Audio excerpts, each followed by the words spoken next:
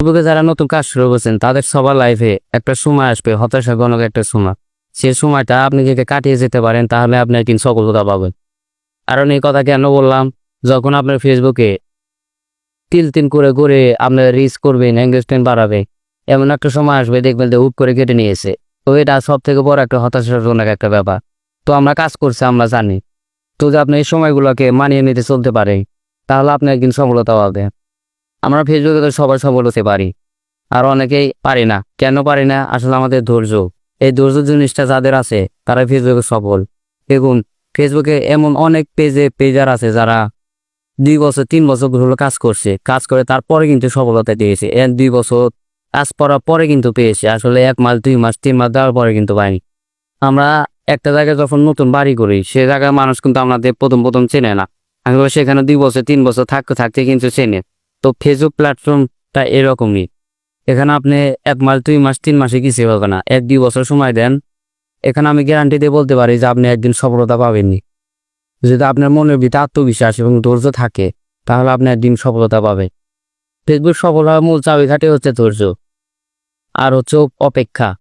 এই দুটো জিনিস যদি আপনার ভিতরে থাকে তাহলে আপনি একদিন সফলতা পাবেন এবং ফেসবুক থেকে টাকা ইনকাম করতে পারবে। আর ফেসবুক থেকে টাকা কিন্তু সবাই ইনকাম করতে পারে। অনেকেই আছে অর্ধেক পথেই হাল ছেড়ে চলে যায়, কিন্তু আপনি যদি তার ভিতরে পড়েন তাহলে আপনি কোনোদিনও সফল হতে পারবেন না। শুধু ফেসবুকে না, রিয়েল লাইফেও পারবেন না। কারণ অপেক্ষা এবং ধৈর্য এই দুটা জিনিস সফলতার মূল চাবিকাঠি। কিন্তু মনের ভিতরে এমন একটা ইচ্ছা শক্তি চলতে রাখবেই, মাথার ভিতরে এটা সবসময় রাখবেন যে আমি হেরে যাব কিন্তু থেমে থাকবো না। যে হেরে গিয়ে থেমে যায় সে কিন্তু হেরে যায়। তো আপনি হেরে গিয়ে থেমে থাকা যাবে না। থেমে থাকলে আপনি হার মেনে নিয়েছে। আর আপনি যদি ধৈর্য ধরে কাজ করতে পারেন ফেসবুকে তাহলে আপনি একদিন সফলতা পাবেন, আমি কথা দিচ্ছি।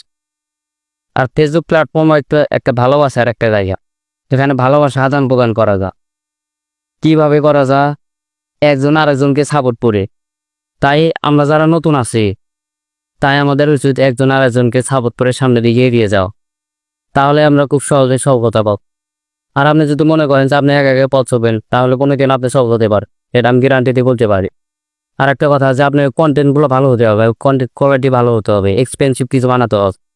আপনার কন্টেন্ট এইভাবে তৈরি করতে হবে যে ভিডিও ছাড়লে গান ভাইরাল হয়, তাহলে আপনি ফেসবুকে খুব অল্প সময়ে আপনি সফলতা পেতে পারেন।